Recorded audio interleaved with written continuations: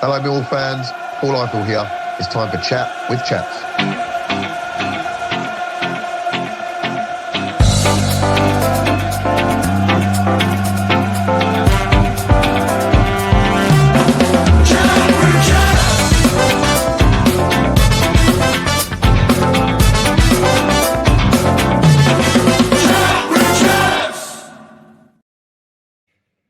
Post-match analysis for Chat with Chaps, where it's just finished. Elland Road, Leeds United 2, Millwall 0. On reflection, probably about a right result in terms of the balance of the game. At the end of the day, we didn't have a shot on target and they only had 2. So, maybe 2-0 was the correct score. I don't really know how to feel after that game, to be honest, because part of me thinks that a lot of teams will go there and be beaten by that side by a lot more than 2 goals. And they are probably the standout side in the league, as much as we don't like to admit it. But at the same time, I never really felt that we gave it a go. And obviously the position we're in the table prior to the game, there was still an outside chance of the playoffs. And you're just thinking, why not have a go? And I've often felt that Alex Neil has said that in his interview. So, look, Leeds are always going to be a difficult team to have a go at. They're solid defensively and obviously an array of attacking talent. But yeah, I don't know. Really difficult. And I'm doing this literally straight after the game so I can get it out. So I've not really had time to reflect and think and all of that good stuff. But look, we'll start off as always. And before we do that, please give this a like if you don't mind. Really appreciate it. It helps the algorithm. If you're new to the channel, give us a subscribe. Make a comment, whatever. It all helps the algorithm, and everything we're doing this season, obviously, as we say every single week, is going to Cancer Research UK. So you're contributing to a good thing. I hope the audio's all right, by the way. I'm away for work at the minute. I'm in a hotel, so hopefully without the normal equipment, this sounds all right. But look, let's get into it. So, excuse me. First of all, 4 changes. So the lineup was Lucas Hinson in goal, back 4, right to left, with Wes Harding returning to the side. Obviously, we had a man of the match performance in the cup at right back. The same other 3 defenders, so Javit Tanganga, Jake Cooper, and Joe Bryan. George Saville comes into the middle of the park alongside Casper Denor, so Billy Mitchell dropping out. Luke Cundle in the 10. George Honeyman remaining on the right-hand side. And then the other 2 changes were Femi Aziz coming in for Idama Maku on the left. And then Mihailo Ivanovic coming in for Josh Coburn up front. The first 2 minutes, I was like, wow, we are going for it. A marauding Wes Harding down the right-hand side, winning a corner, which I believe that Jake Coop had a tame header with heading over the bar. And unfortunately, that is where the the fun stuff stops, because you're saying in these games, and I always felt that this sort of game, I didn't think the results yesterday helped us, because I think if other teams had won, Sheffield United had won, or Burnley had won, there'd be even more pressure given Leeds' result at Pompey at the weekend. But you just felt if you could keep them quiet for 20, 30 minutes, the crowd would start to get nervous, and who knows. Well, we kept them quiet for 3 minutes, and then we capitulate. It's an awful goal to concede. And do you know what? Their second goal, fair enough, whatever. They played around us.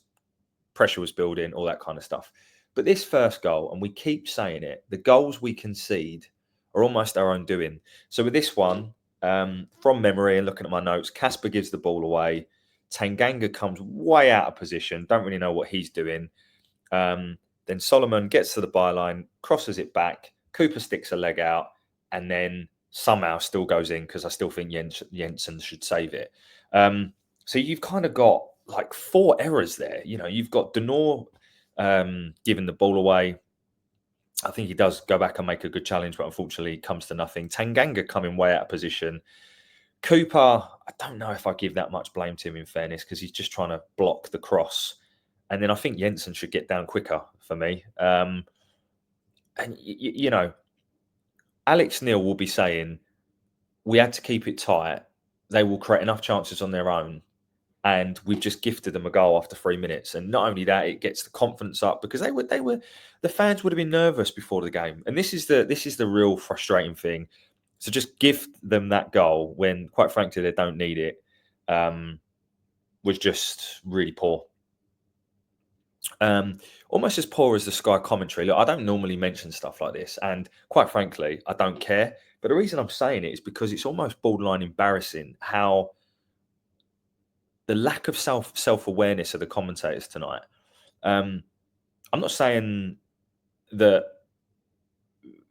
I mean, they got one fact wrong. That apparently the only thing they really talked about Millwall was Luke Cundle, and they said he was on loan from Wolves. So, but they just talked about Leeds constantly, and it's like surely they have a self-awareness to be like, oh, we need to flip the script here. But they clearly forgot their Millwall notes, and yeah, the Sky commentary was horrendous. Looking through my notes of the rest of the first half, 21 minutes and routine shot comes in and Lucas Jensen fumbles it out for a corner. Honeyman taken off as a sub on 26. Brings on Billy Mitchell, which I actually felt as the first half progressed, you could see why Alex Neil had made that change, and having that extra body in midfield was actually helping us in the first half, not so much in the second half. So I questioned it at first, but I felt like it did help us get a little bit more of a foothold on the ball. And that was shown in the possession stats. I think we were about 50-50 in the first half. 31 minutes, they score again. This isn't offside. This should be 2-0 in fairness at this stage. But we're not. And then we have a couple of moments. I mean, and these are like nearly moments. These aren't moments, right? So 39 minutes, we get the ball in the middle of the park. I think, I thought Billy Mitchell had a good first half when he come on. He made a few errors in the second half, admittedly, but I thought he had a good first half when he come on. But we worked the ball into a position where Aziz flashes it across the goal and no one's gambling. You need to have your centre forward or your 10 gambling there. And then our main moment was a header on 46 where Cooper, you would expect, and he would have expected better from himself from that header. It's almost a free header on 46. But that takes us to half time. And look, I think it was a really poor first half, I think, from both sides. I don't think Leeds looked all that at all. Yeah, they've got obvious quality and better players, arguably, but I don't think they looked much at all in the first half. That's the first half. The second half was a completely different game. I've got chance after chance after chance here from a Leeds perspective. Tons of pressure. I think they had 2/3 of the ball. In terms of moments for us, we didn't really have any. A couple of things I will draw on. Obviously, Solomon hits the bar on 50 with Tanganga struggling. I felt Tanganga tonight, and everyone knows that I'm a massive Tanganga fan. I sponsor the guy's kit. He's certainly my favourite player, but I have to call it how I see it. And I thought he was pretty poor tonight. I don't think he was his normal standards. 52 minutes, Rothwell from a short corner. I think it's a block from their own player that I think that was going in. And the thing that frustrates me there is how many times have we been caught out from a short corner? This has to stop, and I have to put the blame on. I can only assume it's one of Alex Neil's backroom staff, and therefore I'm going to assume it's Martin Canning because I think he's the one that comes out. That has to stop. We look so vulnerable from corners at the minute. We switch off. Something's got to change there. We got away with one there. 55, Aronson takes a shot, goes over the bar. 62 minutes, we make some substitutions. Harding, Denor coming off, Kramer and Amaku coming on. We had a cross that tested Melier on 73. Good ball out wide from Saville. Paul Saville had a good game tonight. I don't know how this is going to go down, but for me, I thought two of our better players, if you're going to give people credit, obviously Cooper technically I think scored the own goal, or was it given to Jensen? I don't know, but I thought Cooper was okay. But I thought Jensen and Bryant, God, certainly not Jensen. I'll talk about him in a minute. I thought Saville and Bryan were two of our better players tonight. I really did. I thought Aziz looked good in the first half, but looked knackered. I kept saying, take him off in the group chat. And he goes down injured. I don't know why we waited so long to make the changes of Coburn and Connolly. That seemed odd. I mean, the Leeds staff waited a lot longer. I thought that was odd. They didn't make any subs until they'd scored their second goal. But yeah, it's just a weird night. 2-0 is about the right result. But you kind of just ruin that. You go to Leeds. Technically, you've still got a chance of a playoffs. The only way you're going to do that is by winning the game, and you don't even have a shot on target. Yes, they're a very, very good side, and ultimately they're a Premier League side. God, listen to the Sky commentary; they'll tell you how brilliant Leeds are. But it's just there'll be teams that go there and have more of a go than we do, and I think that's the frustrating thing. But look, did I expect much more? No. Leeds, it was never going to be representative, the cup game of this, because it was a completely different lineup. The likes of Solomon and Dan James, the pace they've got. Solomon's a Premier League player. Piro's a good player. That Tanaka in midfield's an excellent player. So, look, they're a good side, as much as we don't like to admit it. They are a good side. And Rothwell, quality Championship player. I think Southampton could have done with him, but that's it'll be trading places next season, I'd imagine. So, yeah, disappointing, because feel that it could have been a lot more. Yes, they're a top team, but you just want to look to have a go, don't you? And we certainly didn't do that, and that's the frustration. And some question marks for me over substitutions. I'm not sure why we took so long to make them. Two other points I want to make. So I mentioned Joe Bryan. I do think he had a good game, and you've got to reference the fact that he's playing against, what is it, a £20 million winger, 17 goal contributions this season. So I thought, given the context of who he played against, I thought he had a decent game. I want to talk about Lucas Jensen. So I've mentioned this before, right? But I can't make my mind up overall as to whether I think he's up to it or not. I've said this before. I think we should stick with him because we've invested in him, and he clearly does have potential. He's still young, and it's still his first season in the Championship.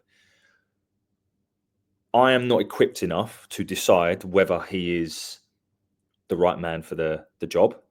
But what I look to is the players.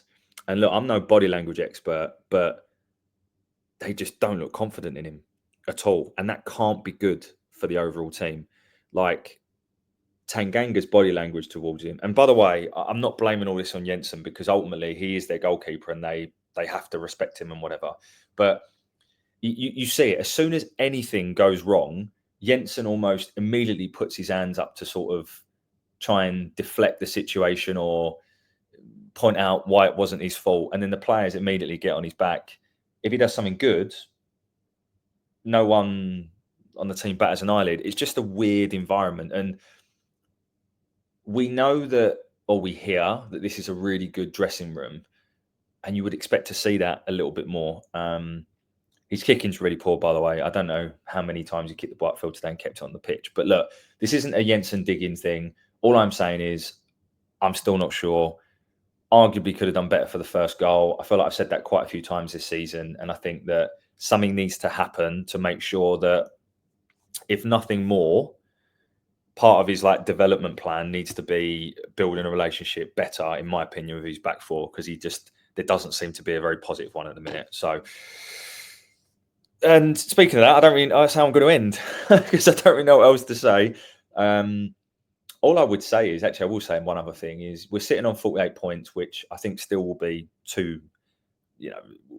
that will still, even if we don't pick up another point, I think that will still see us safe. But with all the craziness of the last week of, Portsmouth winning and then Plymouth winning away tonight and Hull winning and Derby winning and Luton winning and Stoke winning, I'm glad we've got a couple of those wins. I'm glad we went on to beat Watford 2-1. I'm glad we went on to pick up that last-minute winner against Derby, because I tell you, if we didn't, we would be looking over our shoulders. And I think it's just important to get ourselves grounded on that, because we are certainly, there are levels in this league. Leeds are at the very top, and we are, in my opinion, still bottom middle half.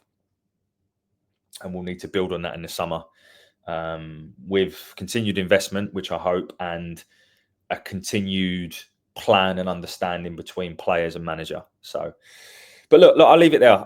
This was just a quick one. I wanted to get something out before everyone goes to bed. Massive shout out to the 391 fans that went up to Leeds. You're absolute troopers and warriors, and yeah, fair play to you, because that's a long old trek. But look, looking forward to getting back down to Den on Saturday. Another nice early kickoff, of course. So hopefully I'll see some of you down there. Seriously, as always, I say this and I mean it. Thank you for listening, and enjoy the rest of your week. And of course, bye for now. Hi, it's Steve Morrison here, and you're listening to Chat with Chaps, chatting Millwall, come rain or shine.